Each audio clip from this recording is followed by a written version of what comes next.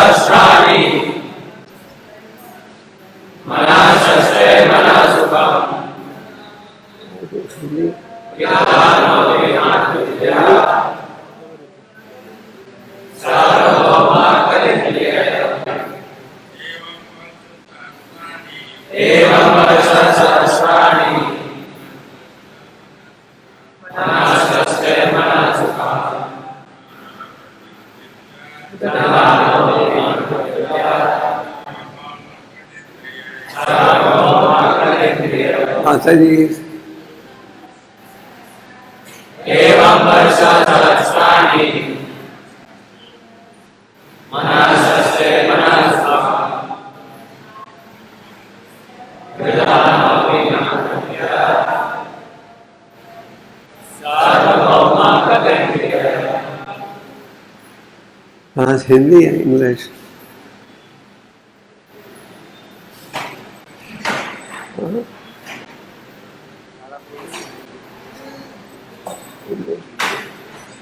शब्द एवं इस तरह से वर्ष सहस्राणि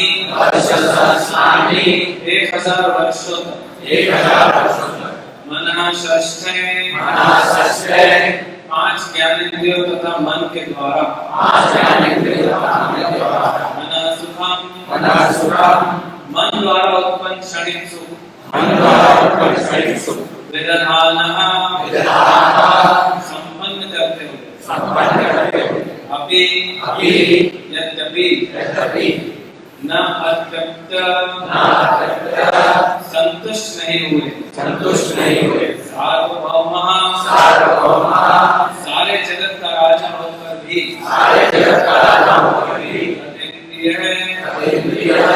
शुद्ध इंद्रियों के कारण यद्यपि महाराज ययाति सारे विश्व के राजा थे और उन्होंने 1000 वर्षों तक अपने मन तथा 5 इंद्रियों को भौतिक संपदा को भोगने में लगाया, किंतु वे संतुष्ट नहीं हो सके। तद इंद्रिय अर्थात अशुद्ध इंद्रियों को शुद्ध किया जा सकता है यदि इंद्रियों और मन को कृष्ण भावना अमृत में लगाया जाए। सर्वोपाधि विनिर्मुक्तम तत्परेण निर्मलम। मनुष्य को समस्त उपाधियों से मुक्त हो जाना चाहिए। जब तक वह अपने को भौतिक जगत का भोक्ता मानता है तब तक उसकी इंद्रियां अशुद्ध रहती हैं, किंतु जिस क्षण से उसे आध्यात्मिक अनुभूति हो जाती है और वह अपने को भगवान के दास के रूप में पहचानता है तो उसकी इंद्रियां तुरंत शुद्ध हो जाती हैं। शुद्ध की हुई इंद्रियों को भगवान की सेवा में लगाना भक्ति कहलाता है। ऋषिकेश सेवनम भक्ति उच्यते। कोई भले ही हजारों वर्षों तक इंद्रियों का भोग क्यों न करे, जब तक वह इंद्रियों को शुद्ध नहीं कर लेता तब तक वह सुखी नहीं हो सकता। अनुवाद दोहराइए। यद्यपि महाराज ययाति सारे विश्व के राजा थे और उन्होंने 1000 वर्षों तक अपने मन तथा 5 इंद्रियों को भौतिक संपदा को भोगने में लगाया, किंतु वे संतुष्ट नहीं हो सके। सही में बोले।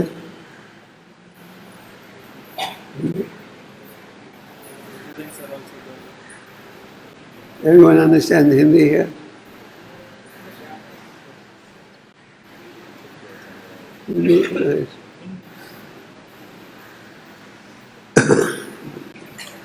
ओम ज्ञानतिमिरन्धस्य ज्ञानाञ्जनशलाकया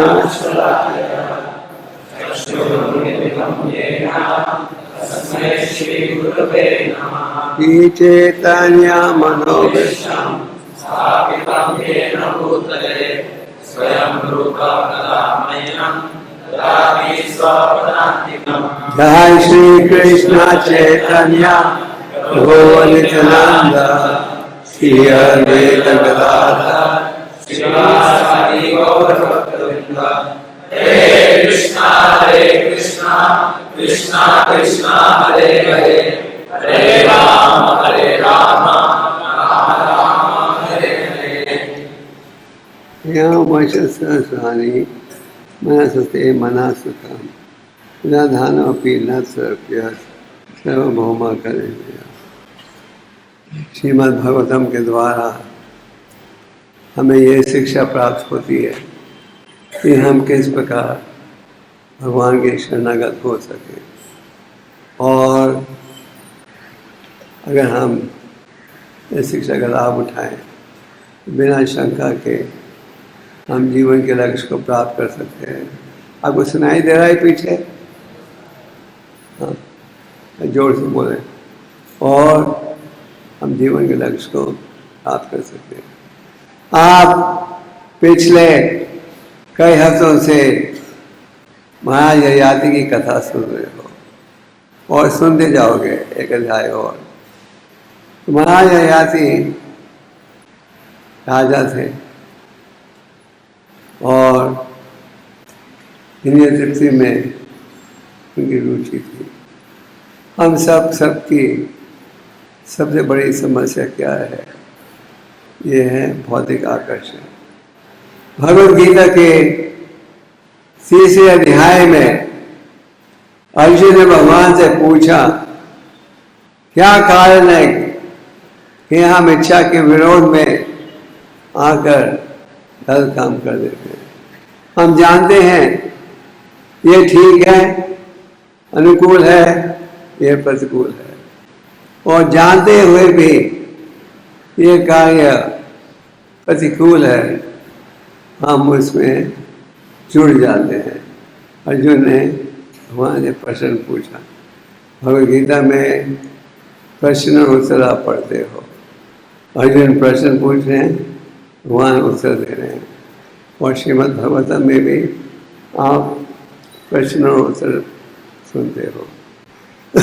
तो अर्जुन ने परम भगवान से पूछा, तो भगवान ने इसके उत्तर में क्या कहा?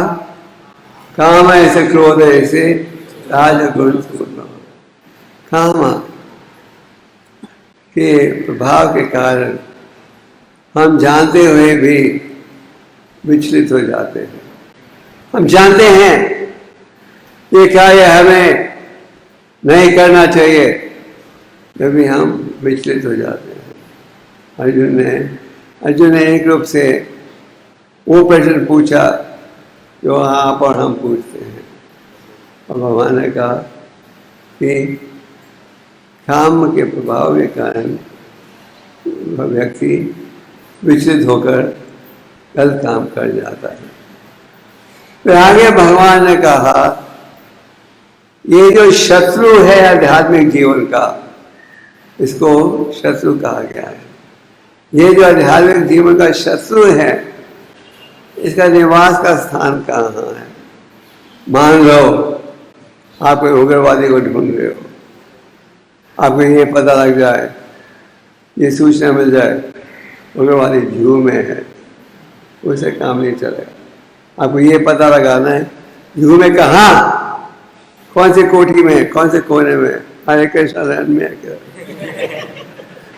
तो आप पता लगाओगे तो ही पकड़ पाओगे। इसी प्रकार सबसे पहले भगवान ने उत्तर में कहा कि शत्रु कौन है।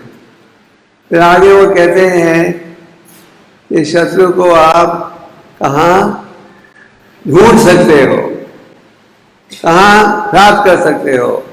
ये शत्रु कहाँ छुपा हुआ है, ये शत्रु का निवास का स्थान क्या है? क्या है निवास का स्थान? मन, बुद्धि और इंद्रियों में। इन मन, बुद्धि, इंद्रियों के माध्यम से ये द्वार है, मन, बुद्धि, इंद्रियों के द्वारा काम का प्रभाव पड़ता है। मन में हम सोचते रहते हैं शास्त्र के विपरीत कार्य को। इंद्रियां, हमारी अनेक इंद्रियां हैं, 5 ज्ञान इंद्रियां। इन इंद्रियों के द्वारा हम ये सोचते हैं भौतिक सुख सुविधा, हाँ, मन के द्वारा सोचते हैं, जीव के द्वारा चस्का खाना चाहते हैं कुछ भी चीज़, और इस प्रकार अनेक इंद्रियों के द्वारा। तो अभी भगवान ने ये पहचान तो दे दी कि शत्रु कहाँ है और किस स्थान में प्राप्त होता है, इसके द्वारा मन, बुद्धि और इंद्रियों के द्वारा। फिर इसके आगे भगवान कहते हैं कि शत्रु का वध कैसे कर सकते हो। पहले शास्त्र में आपकी समस्या की चर्चा की जाती है, फिर इसके पश्चात ये समस्या हल कैसे हो सकती है। भौतिक समाज में कई बार आपको बीमारी होती है, आप डॉक्टर से पूछते बीमारी है, डॉक्टर साहब कहते ये है बीमारी, तो आप पूछते क्या है इलाज, डॉक्टर क्या कहते हैं, सॉरी नो इलाज, पर इसका कोई इलाज नहीं। पर शास्त्रों में समस्या की चर्चा और उसके पश्चात समस्या का हल कैसे किया जा सकता है। तो भगवान आगे कहते हैं ये समस्या का हल कैसे होगा, और इस विषय में क्या कहते हैं, ज्ञान के तलवार से, ज्ञान की तलवार से इसका विरोध करो। दूसरे शब्दों में ज्ञान के सहयोग से जो भौतिक आकर्षण जो हमें विचलित कर देता है उसे हम बच सकते हैं ज्ञान के सहयोग से। और ये उत्तम ज्ञान हमें शास्त्र में प्राप्त होता है। उदाहरण के लिए जो श्रीमद् भगवत का ज्ञान है, ये सबसे उत्तम ज्ञान है। गामा कल्वा गौर कलितम फलम, ये पका हुआ फल आ रहा है गुरु परंपरा के द्वारा, और हमारा सौभाग्य है कि हमें ये फल यथारूप प्राप्त हो रहा है। तो ये ज्ञान की तलवार है। तो समाज में अनेक प्रकार के ज्ञान हैं, भौतिक ज्ञान, आध्यात्मिक ज्ञान। भौतिक ज्ञान और आध्यात्मिक ज्ञान में अंतर क्या है? भौतिक ज्ञान के द्वारा हम शिक्षा प्राप्त करते हैं कि भौतिक ध्येय को अधिक सुख कैसे प्राप्त हो सकता है, और हम इस विश्वास से चलते हैं कि भौतिक कार्यों के द्वारा आप भौतिक सुख प्राप्त कर सकते हो और संतुष्टि प्राप्त कर सकते हो। तो भौतिक ज्ञान का संबंध है भौतिक ध्येय के द्वारा और इंद्रिय तृप्ति के कार्यों में किस तरह आप जोड़ सकते हो। आध्यात्मिक ज्ञान का लक्ष्य क्या है?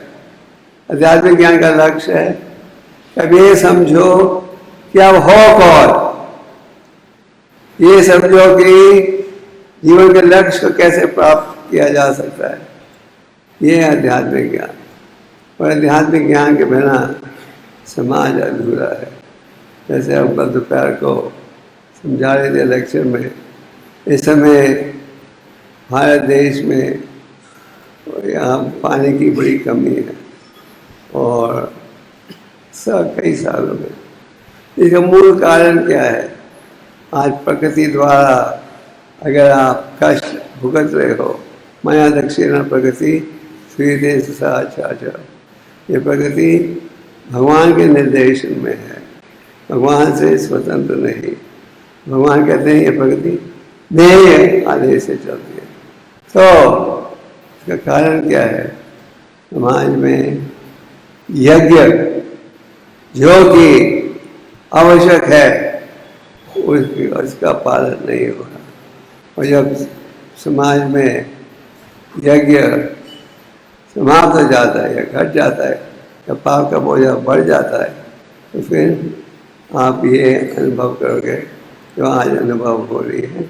और भविष्य में ये भविष्यवाणी है कि समाज की स्थिति और भी बिगड़ जाएगी। अगर आज आपको गर्मी लग रही है, थोड़े महीने ठहरो, अगले साल देखना इससे भी अधिक गर्मी होगी। तो ये है शास्त्रों का निर्णय। तो भगवान कहते हैं ज्ञान की तलवार से इस अज्ञानता को दूर करो। उसका अर्थ है ज्ञान जो कि शास्त्र में प्राप्त होता है। व्यासदेव ने वैदिक शास्त्रों की रचना की, सार को प्रस्तुत किया वेदांत सूत्र में। जब भी मुझे लग रहा था कि मेरी रचना में कुछ कमी रह गई है, और जब वो विचार कर रहे थे क्या कमी रह गई है, उनके गुरु नारद मुनि ने क्या कहा?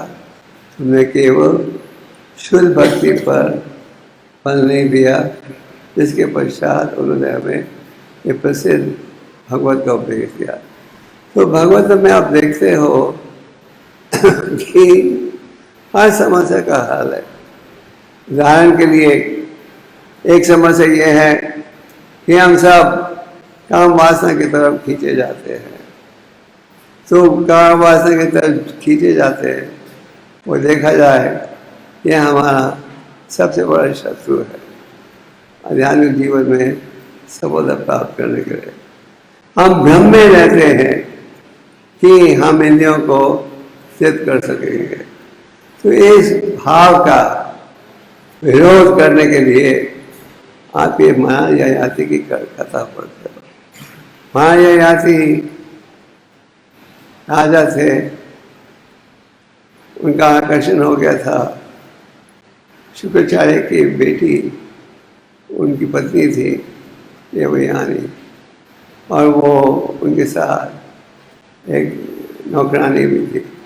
प्राचीन समय में जब रानियों की शादी होती थी, उनके साथ हजारों दासियां भी आती थी। तो वहाँ ययाति की बहुत गहरी रुचि थी इंद्रिय तृप्ति के कार्यों में, और इसका उनका संबंध पत्नी के साथ था, उनकी नौकरानी के साथ भी हो गया। जब शुक्राचार्य जो कि उनके ससुर से, उन्हें पता लगा कि ययाति का संबंध हुआ था मेरी बेटी की नौकरानी पर, उन्होंने श्राप दिया। शुक्राचार्य के पास अनेक यौगिक सिद्धियाँ थी, उन्होंने श्राप दिया तुम बुरे व्यक्ति बन जाओ, क्योंकि बुरे व्यक्ति की इंद्रियां कमजोर होती हैं और इंद्रिय तृप्ति की सुविधा भी कम होती है। तो उन्हें कहा तुम बुरा व्यक्ति का ध्येय प्राप्त कर लोगे। ये था किसका श्राप? शुक्राचार्य का। पर साथ में उन्हें ये भी पता था अगर श्राप लागू होगा ययाति पर तो इसके कारण उनकी बेटी को भी कष्ट आएगा। उन्हें साथ में एक वर भी दे दिया, पर अगर कोई जवान व्यक्ति अपने जवानी को तुम्हारे बुढ़ापन से बदलने को तैयार है तो तुम फिर से जवान बन जाओगे। आजकल किसका योगिक सिद्धि नहीं है कि आपको 1 मिनट श्राप मिले बूढ़े बन जाओ, तो साथ में ये सुविधा है जवान बनने की। आजकल के कलयुग में ये शक्ति नहीं है। तो प्राचीन समय में शुक्राचार्य जैसे जो योगी थे उनके पास ये सुविधा थी। ये कल्पना नहीं है, ये मैथोलॉजी नहीं है, ये सच्चाई है। श्रीमद् भागवतम का हर शब्द 100% सत्य है। हमें ये नहीं सोचने ये तो कल्पना है, मैथोलॉजी भी हम ये सब पढ़ते हैं। This is not mythology. तो शुक्राचार्य ने ययाति को श्राप दिया। तो ययाति का शरीर बूढ़े व्यक्ति का हो गया तो बहुत दुखी हुए। उनके 5 बेटे थे ययाति के। उन्होंने पहले अपने 4 बड़े बेटों को कहा बेटे का फर्ज है पिता का आदेश का पालन करना। मैं चाहता हूँ तुम मेरा बुरा देह ले लो, अपने जवान देह मुझे दे। 4 बेटों ने कहा हमें कैसे करें, अभी तो हमारी जवानी आ रही है, हम नहीं कर सकते। सबसे छोटे बेटे का नाम था पुरु। पुरु जो था 100% पिता की इच्छाओं को पूरा करने की इच्छा रखता था। पुरु ने कहा सबसे अच्छा बेटा है जो पिता के भावना को हृदय को समझकर इसी का पालन करता है। दूसरे श्री का भक्त है जिसे कहने पर वो करता है। तीसरे श्रेणी का जो पिता का आदेश का पालन करता है। यहाँ तक वही भागवतम के 14 सर्ग में कहते हैं कि अलग अलग श्रेणी के शिष्य होते हैं। सबसे उत्तम श्रेणी का शिष्य है जो गुरु के भाव को जानता है और बोले बगैर उसका पालन करता है। जैसे गुरु चाहते हैं ध्यान करो, जाप करो, पढ़ो, तो बोले बगैर उसका पालन करता है। दूसरे श्रेणी का शिष्य है जैसे कहा जाए डू दिस, वो कहता है ओके, और करता है। और थर्ड ग्रेड तीसरे श्रेणी का शिष्य है चाहे कुछ भी कहो करेगा अपना मन मान।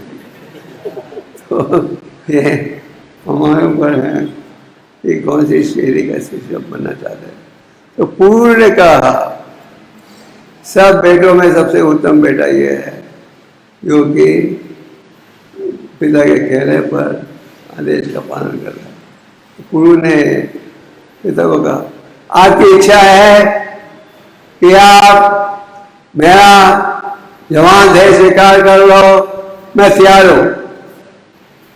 तो गुरु बन गए बूढ़े व्यक्ति और पिता बन गए जवान। क्योंकि शुक्राचार्य ने श्राप दिया था, उसके साथ एक वर्ण भी दिया था। तो महाराज ययाति 1000 वर्षों के लिए बड़े गए, बड़े उनके बाद हर प्रकार की सुविधा दी। पूरे विश्व के राजा थे, धन की कोई कमी नहीं थी, इंद्रिय सिद्धि की कोई कमी नहीं थी। तो 1000 सालों के लिए महाययाति जुड़े इस कार्य में, इंद्रिय सिद्धि के कार्य में। तो 1000 सालों के पश्चात क्या था उनका अनुभव? याति हर प्रकार का सुख प्राप्त हुआ, जब भी वो संतोष नहीं थे। 1000 सालों के लिए भौतिक समाज में तो 30, 40, 50 साल तृप्ति प्राप्त हो आप, तो यहाँ 1000 सालों के लिए हमारे यात्री को हर प्रकार की भौतिक सुविधा थी, कोई क्लेश नहीं। पूरे विश्व का राजा और इंद्रिय तृप्ति की पूरी सुविधा, पूरी। और अंत में महाराज यात्री ने क्या अनुभव किया? हालांकि इतना गहरा प्रयास किया, उनकी इंद्रियाँ अभी भी अशांत है, इंद्रियाँ अभी भी कह रही है और इन इंद्रियों को वो तृप्त नहीं कर पाए। तो श्रीमद् भागवतम में इस विषय की चर्चा क्यों की जाती है? आप पूछ सकते हो, ये तो सबसे उत्तम ग्रंथ है पृथ्वी पर, तो इस पर की काम वासना की चर्चा क्यों की जाती है? इसलिए क्योंकि ये हमारा सबसे बड़ा शत्रु है, और जब तक आप इस शत्रु पर विजय प्राप्त नहीं करोगे, आप भगवान के शरणागत नहीं हो पाओगे। जैसे भगवान कहते हैं, देवी से गुलाबाई मामा माया दुरतया, इस माया का विरोध करना बहुत ही मुश्किल है। तो आप कहोगे भगवान कहते हैं मुश्किल है, तो हमारी क्या संभावना सफलता की? भगवान आगे कुछ और भी कहते हैं। क्या कहते हैं? मामे मामे माया में दाम तरंती थे। पर अगर तुम मेरी शरण में आओगे तो इस माया का विरोध कर सकोगे। एक और उदाहरण, रूप गोस्वामी जी ने हमें अनेक प्रसिद्ध ग्रंथ दिए, जिनमें एक प्रसिद्ध ग्रंथ है श्री उपदेशमृत, जिसमें केवल 11 श्लोक है, पर हर श्लोक का बड़ा प्रभावशाली संदेश है। रूप गोस्वामी कहते हैं, भगवान के नाम चीनी जैसे मीठे हैं। भगवान की जो लीलाएं है वो भी मीठी हैं, भगवान के जो गुण हैं वो भी मीठे हैं। तो आप कहोगे ये बड़ी अच्छी चीज़ है, मीठापन तो कोई छोड़ता नहीं, डायबिटीज हो जाती है जब भी नहीं छोड़ते। तो आप कहोगे ये तो बड़ी अच्छी चीज़ है, मीठे। पर रूपा गोस्वामी कहते हैं, क्योंकि हमारे जीव में अविद्या की बीमारी है जीव में अविद्या की बीमारी नहीं है। अविद्या के द्वारा क्या, अविद्या के द्वारा यह अर्थ है काम, क्रोध, लोभ, मोह, मद, मत्सर। ये है अनर्थ। अनर्थ का अर्थ है जिसकी आवश्यकता नहीं। तो ये अनर्थ के कारण हम हरिनाम का मीठापन महसूस नहीं कर सकते, शास्त्रों का मीठापन महसूस नहीं कर सकते, भक्ति की महिमा को हम समझ नहीं सकते। इस प्रकार आपको कैटरेक्ट की बीमारी हो तो ठीक दिखता है आपको, तो अविद्या बुखार हो, चाहे आपको कितना भी अच्छा प्रसाद दिया हो, पेश आता है नहीं। तो उसी प्रकार रूपा गोस्वामी कहते हैं हमारे जीव में अविद्या की बीमारी है, इस कारण हमें हरिनाम का मीठापन महसूस नहीं होता। अभी आप पूछोगे ये तो ठीक कह रहे हैं रूपा गोस्वामी, अविद्या की बीमारी है, हमें हरिनाम का रुचि टेस्ट नहीं आता, तो इसका कोई उपाय भी है क्या? कोई समस्या है, कोई उपाय है? समस्या को हल करने का उपाय है नहीं है? क्या है? रूपा गोस्वामी आगे कहते हैं अगर हम ध्यान में लाभ करेंगे तो यह अविद्या की बीमारी दूर हो जाएगी और हमें नाम का मीठापन महसूस होगा। तो दूसरे शब्दों में समस्या के साथ समस्या को हल कैसे करना वो भी उपाय है। तो महाराज ययाति की कथा में आप देखते हो उनके पास हर प्रकार की सुविधा थी। आप तो कभी उम्मीद भी नहीं कर सकते उनकी तुलना करने के लिए। धन था, पूरे पृथ्वी के राजा थे और भौतिक इंद्रिय तृप्ति की पूरी सुविधा। जब भी उन्होंने क्या कहा मेरी इंद्रियां संतुष्ट नहीं हो पाए। अगले अध्याय में एक बड़ा प्रसिद्ध उदाहरण है। अगर मक्खन है और आग में रखोगे मक्खन पिघलते जाएगा। तो महाराज ययाति कह रहे हैं कि इंद्रियों को आप भौतिक कार्यों के द्वारा कभी संतुष्ट नहीं कर सकते। तात्पर्य में क्या कहा जा रहा है?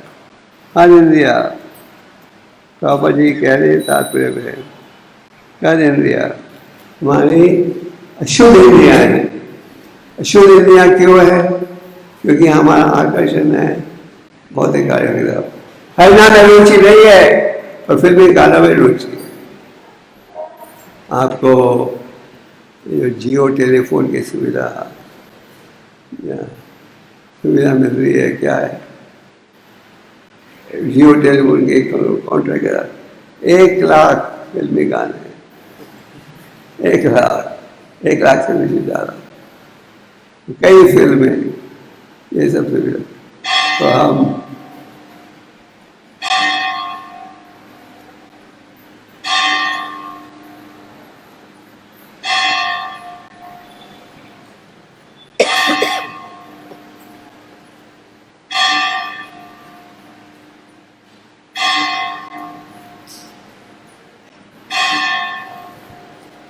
एक लाख से अधिक फिल्मी गाने, अनेक फिल्में, हर चीज।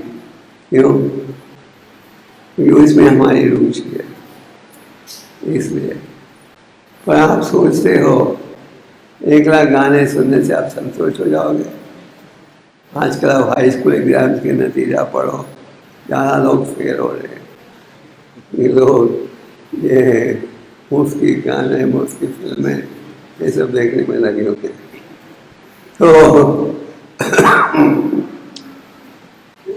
रूपा गोस्वामी कहते हैं, तो यहाँ कहा जा रहा है कि हमारी अशुद्ध इंद्रियां को शुद्ध बनाना है। सर्वपादि विनिर्मुक्तम, सर्वपादि विनिर्मुक्तम तत्व बिना निर्मलम ऋषिकेन ऋषिकेन सेवनाम भक्ति उच्यते। रूपा गोस्वामी कहते हैं कि हमारी इंद्रियां अशुद्ध है। अशुद्ध इंद्रियों से आप शुद्ध भगवान को नहीं समझ सकते और हमें इन अशुद्ध इंद्रियों को शुद्ध बनाना है। ये है कृष्ण भक्ति का मार्ग। अशुद्ध इंद्रियों को क्या बनाना?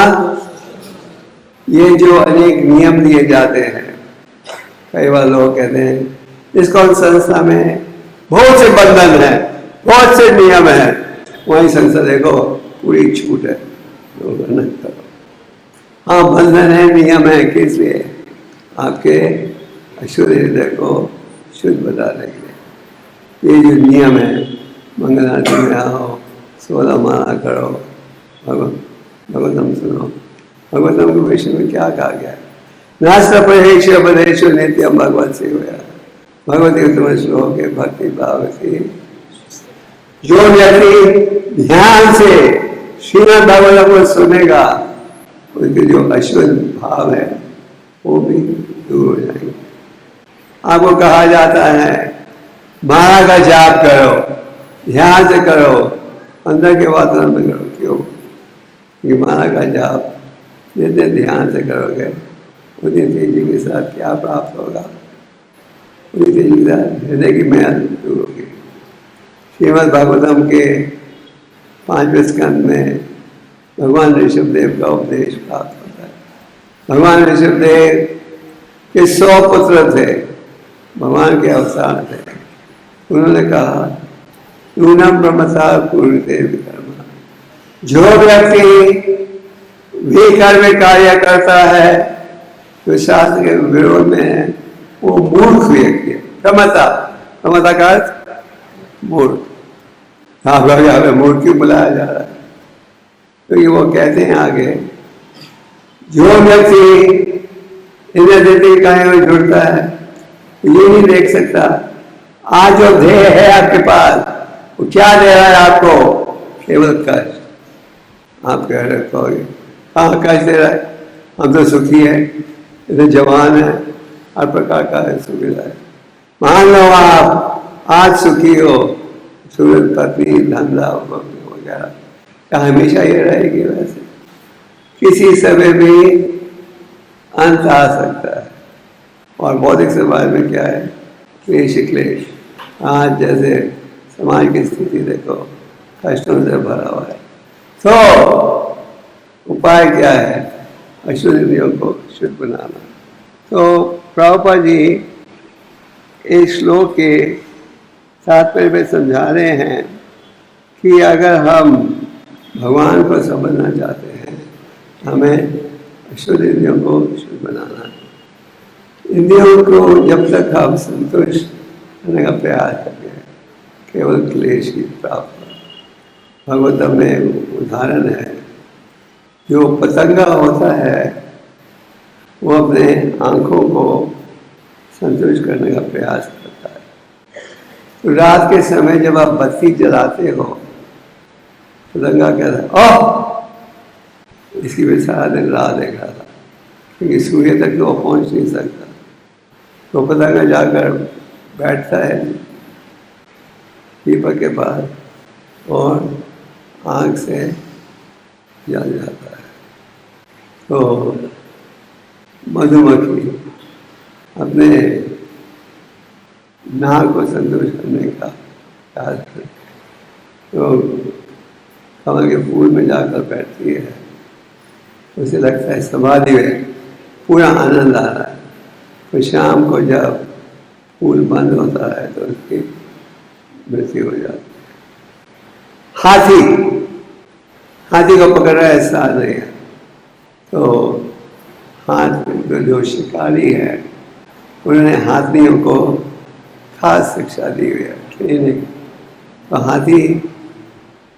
हाथी का पीछा करता है और रास्ते में उन्होंने एक खड्डा खोदा हुआ होता है जिसको घास से भरते हैं। तो हाथी का पीछा करते हुए खड्डे में गिर जाता है तो शिकारी हिरण को पकड़ना बहुत ही मुश्किल है। हमने हिरण देखे, पिछले हफ्ते में कीनिया में था तो किसी को हम लोग एक जू में गए थे, सारे जानवरों का दर्शन मिला, शेर भी। तो वैसे हिरण को पकड़ना बड़ा मुश्किल है। वॉशिंगटन में हमारे कई भक्त हैं जिनके बैकयार्ड में हिरण खेलते रहते हैं कि हिरण को पकड़ना बहुत मुश्किल है। तो हिरण अगर पकड़ना चाहो एक खास धुन में जानी पड़ती है। जो शिकारी है खास धुन में बजाता है, हिरण रुक जाता है, दौड़ता नहीं है, प्रयास करता है ये आवाज़ कहाँ से आ रही है। तो ये खोज में शिकारी उसे गोली से मारे और फिर मछली, मछली को हमेशा भाव रहता है जबान के चस्के का। तो जो मछली पकड़ने जाते हैं वो बेट में वो खास खाना लगाते हैं। मछली जब उसे देखती है कि कहती है कुछ और मिल गया खाने को, तो खाने को जाती है और क्या कर जाती है। तो ये श्रीमद् भागवत के उदाहरण है, हमारे नहीं। श्रीमद् भागवत में उदाहरण दिए गए हैं ये स्थापित करने के लिए कि अगर हम मानव देह प्राप्त करके इंद्रियों के दास बन जाएं, जैसे अनेक पशु बनते हैं, हमारा भी उसी प्रकार का क्या होगा, परिणाम होगा। इसलिए हमें सावधान रहना चाहिए।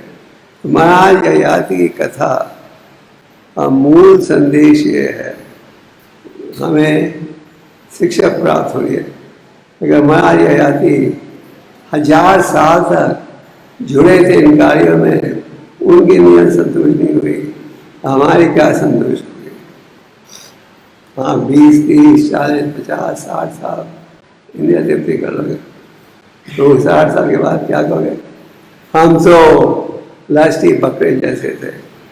बाबा जी कहते थे कि बकरा है, मिनटों में उनके कत्ल खाने में नंबर आने वाला है, और उसको मौका मिले इंद्रिय तृप्ति का तो उसका फायदा उठा रहे। ये नहीं सोचेगा एक जीवन में मैं कत्ल होने वाला हूँ। उसी प्रकार आज हम अज्ञानता में हैं, अंधेरे पद में हैं, और इस अज्ञानता को दूर करने के लिए ये महत्वपूर्ण है कि हम भागवतम को पढ़ें, सुने ध्यान से। हम एक बार भगवान को ध्यान से पढ़ोगे, सुनोगे, तो जो काम वासना की इच्छा है उससे आप बच पाओगे। तो यहाँ तात्पर्य में प्रभु जी कह रहे कि हमारे ऐश्वर्य इंद्रियों को मैं ईश्वर बनाना। तो जब आप हरि नाम करते हो, जब आप शास्त्रों को पढ़ते हो, इनके द्वारा यही लक्ष्य प्राप्त होता है। ये अनुभव है सारे विश्व में, जो भक्त ध्यान पूर्वक साधना रखते हैं और इन चीज़ों नियमों का पालन करते हैं, वो बड़ी सरलता के साथ काम वासना के भाव से बच सकते हैं। ये कई बार भक्ति गाते कहते हैं, ओ काम वासना का इतना गहरा प्रभाव है, हम बच नहीं सकेंगे। अब बच सकोगे अगर बचाना अच्छा हो तो पवित्र में क्या कह रहे हैं, उत्साह निश्चय धारिया कर्म प्रवर्तना। हम दृढ़ होकर हमें सेवा करना। महाराज ययाति 1000 साल के लिए हर प्रकार की सुविधा प्राप्त हुई, अंत में अशांत थे। तो ये सोचना कि हम 10, 20, 30 साल में इंद्रियों को संतुष्ट कर लेंगे, फिर वापस आ जाएंगे संन्यास लेने के लिए, ये गलत है। आप कभी भी इंद्रियों को संतुष्ट नहीं कर पाओगे। अगर आप इंद्रियों का उपयोग करो भगवान की सेवा में, फिर आप हर दृष्टि से इंद्रियों को संतुष्ट कर पाओगे। और इस विषय में कई उदाहरण है हमारे शास्त्र में। उदाहरण के लिए अमरीश महाराज, राजा से हर प्रकार की सुविधा थी, पर उन्होंने इंद्रियों को शुद्ध रूप से उपयोग किया। क्या किया? नेत्रों द्वारा भगवान का दर्शन और कानों द्वारा श्रवण कीर्तन, जीव द्वारा भगवान के नामों का उच्चारण और प्रसार, पैरों द्वारा भगवान के मंदिर में चल के जाना, हाथों के द्वारा भगवान के मंदिर को साफ करना। ये नहीं कि कई बार हम भक्ति में जुड़ते हैं और कहते हैं हम सेवा करेंगे तो हमें साफ की सेवा चाहिए, हुक्म चलाने की सेवा नहीं। अमरीश महाराज जमीन को साफ करते थे और हाथों द्वारा मंदिर को साफ करना। उन्होंने हमें ये बताया किस प्रकार अगर हम इंद्रियों का उपयोग करेंगे तो इंद्रिया शुद्ध हो जाएगी। हमारे समक्ष कई महात्माओं का उदाहरण है। केवल यह आवश्यक है कि हम इसका लाभ उठाओ और साधु संग में ज़्यादा सरल हो जाता है। तो संक्षेप में आज के श्लोक के द्वारा ये स्थापित किया जा रहा है शुक्रदेव गोस्वामी के द्वारा कि महाराज ययाति 1000 वर्षों तक राजा थे। 1000 वर्षों तक पूरी सुविधा थी, हर प्रकार के सुख था, काम वासना में जुड़े हुए थे। अंत में निराश थे, बेचैन थे और अशांत थे। आप साथ में करने पड़ते हो। हिरण्यकशिपु हर प्रकार की सुविधा थी, सारे देवता भी उनसे डरते थे। अभी थोड़े दिनों में निर्जल एकादशी आ रही है। आप में कितने भक्त निर्जल एकादशी रखोगे? अच्छा, कितने? ओके, तो आप तो एक दिन के लिए रखोगे, पर हिरण्यकशिपु ने देवता के 100 वर्षों के लिए अंगूठे में खड़े थे, हाथों को उठाकर पूरा निर्जल एकादशी देवता के 100 वर्ष। तो जब भी वो अशांत थे क्योंकि उनका भाव क्या था, तो हमें इन इंद्रियों को शुद्ध बनाना है। तो ये जो नियम है, जो जाप है, शास्त्र का ध्यान है, इस सारे कार्यों का एक ही लक्ष्य है, आपके शुद्ध इंद्रियों को क्या बनाना। तो ये संभव है अगर आप ध्यान पूर्वक जाप करो, शास्त्र पढ़ो और विनम्रता का भाव। चैतन्य महाप्रभु ने कहा है, सिनाद भी सूचे न तरोड़ भी हमारी हमारा। अगर आप हरि का नाम सदा लेना चाहते हो, ये विनम्रता का भाव बहुत महत्वपूर्ण है। तो प्रभुपाद जी ने हमें हर प्रकार की सुविधा दी है माया का विरोध करने के लिए, हमें केवल इसका लाभ उठाना है। तो ये जो अनेक नियम हैं, इन सब का एक ही लक्ष्य है, आपके अशुद्ध इंद्रियों को शुद्ध बनाना। और अगर आप इनका लाभ उठाओगे तो बिना शंका के भगवान के धाम लौट सकोगे। भगवान क्या कहते हैं, सर्वधर्मान् परित्यज्य माम् एकं शरणं अहं त्वं सर्वपापेभ्यो मोक्षयिष्यामि। अगर मेरी शरण में आओगे, तन मन धन से मेरी सेवा करोगे, तो बिना शंका के कहाँ जाओगे? हम इतने मूर्ख हैं, हम कहते हैं क्या पता सच है या झूठ है। जब अमेज़न कंपनी कहती है हमारा माल वापस करो तब ले लेंगे, पूरा विश्वास रहता है। और जब भगवान कहते हैं मेरी शरण में आओ, मैं तुम्हारी सुरक्षा करूँगा, हम सकते हैं। ये हमारा दुर्भाग्य। हमें साधु संग में रहकर भक्ति की विधियों का पालन करना चाहिए। और प्रभु जी कहते थे आप एक कदम उठाओगे भगवान के शरणागत होने के लिए, भगवान 9 कदम उठाएंगे। इतना डिस्काउंट मिलेगा आपको क्या? 100 रुपये की कीमत है, आपको केवल 2 रुपये दे रहा। आप एक कदम उठाओ, भगवान 10 कदम उठाएंगे आपको आध्यात्मिक जीवन में सफल बनाने के लिए। तो हमें दृढ़ होकर भगवत अपने संदेश का लाभ उठाना चाहिए और इन कार्यों के द्वारा शुद्ध हृदय शुद्ध बन जाएगा। हरे कृष्ण।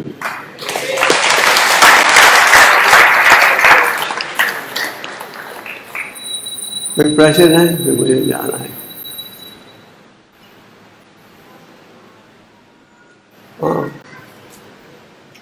हाँ, you can ask as many questions as you want. हरे कृष्ण महाराज, मेरा प्रश्न है कि अगर कोई तृतीय श्रेणी का, तीसरे श्रेणी का कोई शिष्य है, तो द्वितीय श्रेणी में कैसे कौन सा प्रयास कर सकता है?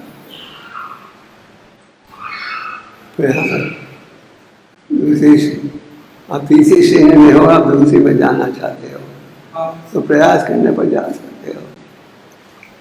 जो आदेश मिलता है गुरु द्वारा उसका पालन करो। पहले श्रेणी का शिष्य है जो बोले बगैर जानता है क्या आदेश उसका पालन करता है। दूसरी श्रेणी का शिष्य है जो बोलो ऐसे करे वैसे करता है। तीसरी श्रेणी का क्या कुछ ही बोलो करेगा अपना मन माने, आप आदेश का पालन करना शुरू कर दो, बस वेरी इजी। ओके, ये श्रीमद् भागवतम के 34 स्कंद में। Okay, quick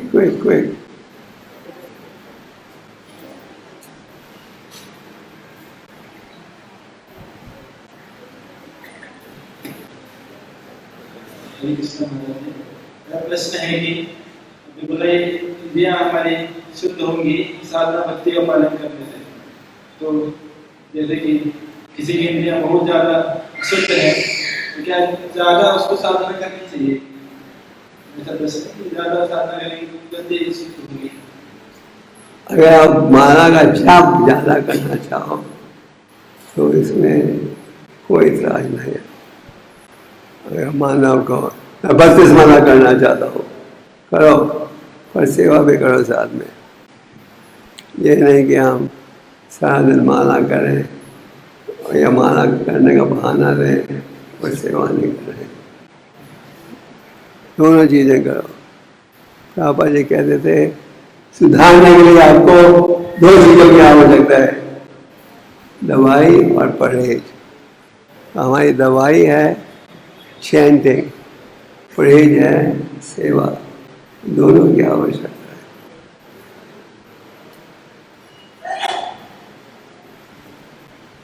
Yes. Thank you, Maharaj. Maharaj, you mentioned that we have this disease of avidya, ignorance. Because of that, we have a lot of anarthas, anger, lust. Sometimes, Maharaj, when we are responsible for some services, and there are some devotees are doing some service, so if they commit mistake, we tend to correct them. So how we come to know that this is due to sense of responsibility which I have, I am correcting, or it is due to my anger, I tend to correct them? If you want to correct somebody junior, do it sweetly, not harshly. In the Bhagavad Gita, Krishna talks about austerity of the tongue. Krishna says one austerity of the tongue is speak words that are truthful. Then he says speak words sweetly. भगवान कहते हैं ये भी एक तपस्या है मिठास के साथ बोलना। इनका प्रश्न ये था कि अगर हम अधिकारी हैं और किसी की कमजोरियों को हम सुधारना चाहें तो हमको कैसे पता ये गुणों के प्रभाव। तो अगर सुधारना भी है प्रेम से सुधारो, पर कड़वे तरीके से सुधारोगे तो सबको दुश्मन बनाओगे, मीठे तरीके से सुधारोगे सब मित्र बनेंगे और सुधर भी जाएंगे। तो हम ये नहीं कह सकते हम सुधार लें तो हमें हक है चले चलाने का, बेइज्जती करने का, कोई हक नहीं है। शास्त्र में लिखा है जबान में मिठास होना चाहिए। हाँ, और क्वेश्चन? हरे कृष्ण। और आपने बताया कि जब हम एक कदम लेते हैं भगवान की तरफ तो भगवान 10 कदम लेते हैं, पर हमें 9 कदम 10 नहीं, पहला कदम आपको उठाना पड़ता है। हमें ये फील क्यों नहीं हो पाता है कि भगवान हमें ये फील क्यों नहीं हो पाता है भगवान भी हमारी तरफ बढ़ रहे हैं? हम क्यों नहीं फील कर पाते? दूसरे शब्द में जब आप प्रयास करते भगवान के शरणागत होने के लिए तो भगवान आपको सुविधा देते हैं। जैसे कि आपके विषय में भगवान आपको इस्कॉन संस्था से जोड़ दिया, भगवान ने आपको भक्तों के साथ जोड़ दिया, भगवान ने आपको प्रभुपाद के ग्रंथों के साथ जोड़ दिया। ये कोई छोटी भेंट है, बहुत बड़ी भेंट है। अब इनका लाभ उठाओ। आपको सारे हथियार दे दिए जो आपको चलना है, अब अमेरिका से कोई हथियार नहीं खरीदना पड़ेगा, सारे हथियार दे दिए माया का विरोध करने के लिए। अब केवल आपको उनका उपयोग करना है दृढ़ होकर।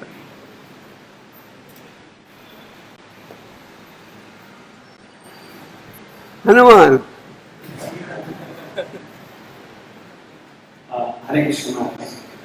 तो इस कथानक से हमें शिक्षा प्राप्त होती है कि जो शर्मिष्ठा जो वृषभर्मा जो बेटे की बेटी थी, जो कि दरिद्र पर राजा थे, उन्होंने अपने पिता के हित के लिए देवाली का दासी बनना स्वीकार किया और इंद्रिय का संयम करते थे सेवा के लिए।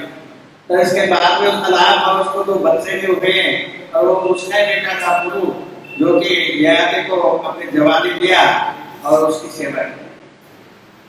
तो पुत्र वह है जो पिता के हित के लिए इंद्रियों का संयम करता है और इंद्रिय को होकर क्या कर सकता है। हरे कृष्ण। कमेंट माइक yes. Hare Krishna Maharaj. Thank you for the wonderful class. Maharaj, my question is that the whole class is based on reading the scripture, reading Sri Prabhupada books. So how we can be more eager to read Sri Prabhupada books? Good question. The scriptures give us clear direction how to succeed spiritually. Therefore, we encourage everyone to in the morning class, evening class. We should just be, and those of you who live in a hostel or at home, they can read these books. If you're educated, Prabhupada said, these books are not just for distribution, they also have to be studied. So we should study these books regularly. And study means read them seriously. Not that I want to fall asleep, I start reading the Bhagavatam and I use the Bhagavatam as a sleeping pill. So don't use the Bhagavatam as a sleeping pill. Study is when you are fully alert and attentive. And when you are attending the Bhagavatam class, you are fully attentive. Not that this Bhagavatam class extension of sleeping. Okay, any more? Yes, quickly.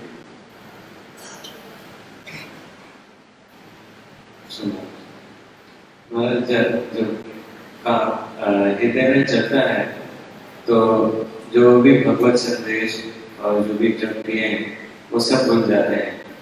तो उस समय हम कैसे जो है भगवान का संदेश याद रखें और सही रहे।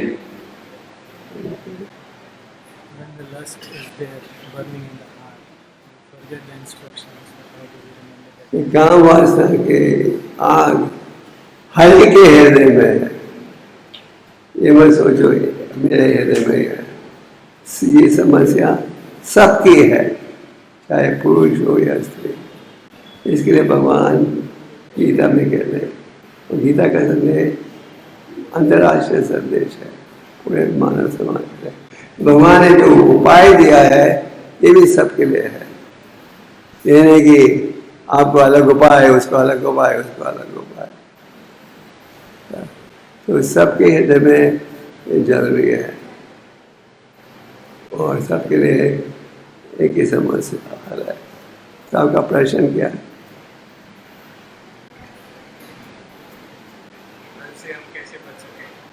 कैसे बच सकते हैं?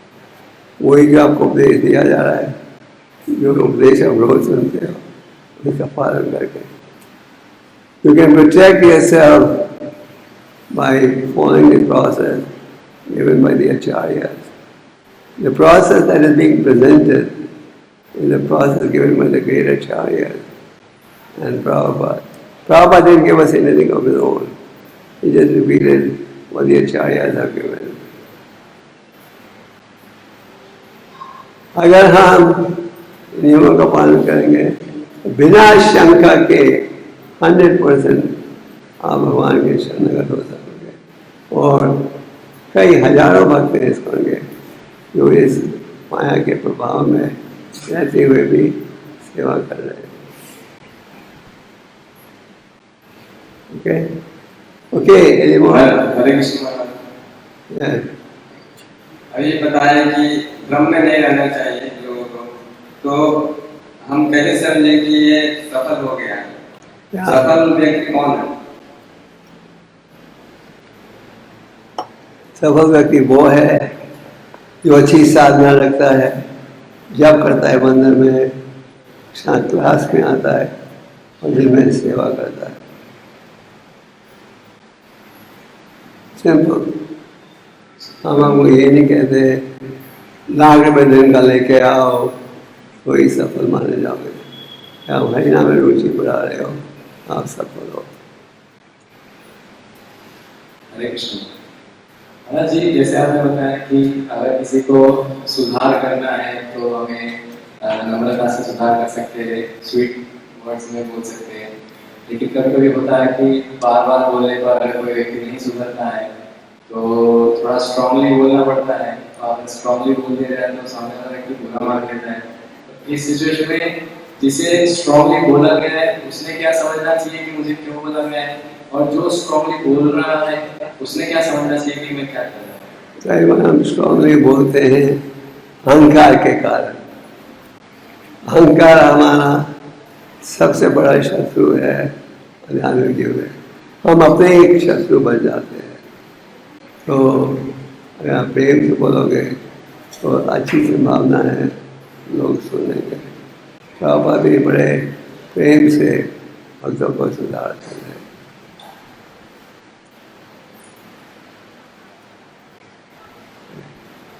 वाणी में मिठास होना चाहिए, वाणी में तलवार नहीं होनी चाहिए। तलवार रखोगे वाणी में कोई आपके पास नहीं आएगा। और कोई? हाँ, We have solution, we have this process as we heard in the lecture. But how to develop that intense desire to follow that? everything is feasible by making an effort. God helps those who help themselves. You heard that before? English में एक phrase है, भगवान उनका सहयोग देते हैं तो स्वयं प्रयास करते हैं। So make an effort and Krishna will help you. The sadhus will help you. In ISKCON you have so much association and all the proprietaries are ready to help you. But you should be willing to take help. If you think, no, I know everything, don't tell me anything, I know, this man is just envious of me, then you will never progress. Humility means I'm ready to be corrected, I'm ready to be guided, I'm ready to be directed. That is humility. Humility doesn't mean just fold hands and speak softly. You must understand, I am full of Bhagavan. Lord Chaitanya was asked, you are such a prominent scholar, why don't you study the Vedanta? What did he say? My spiritual master thought, I'm a fool. He said, all you are capable of doing, chant Hare Krishna. So, okay. Any more questions? Yes.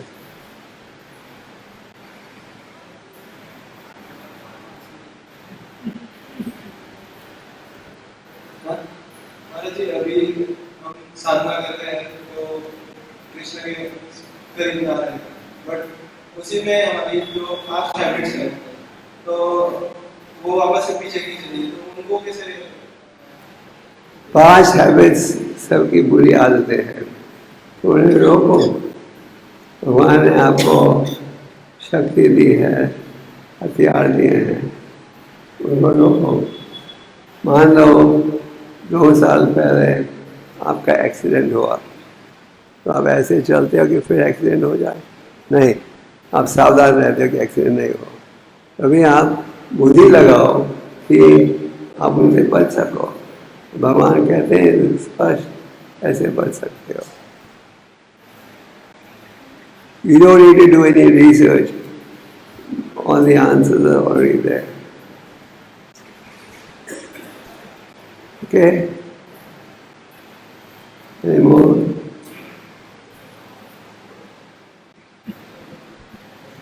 Okay. Thank you very much. Hare Krishna.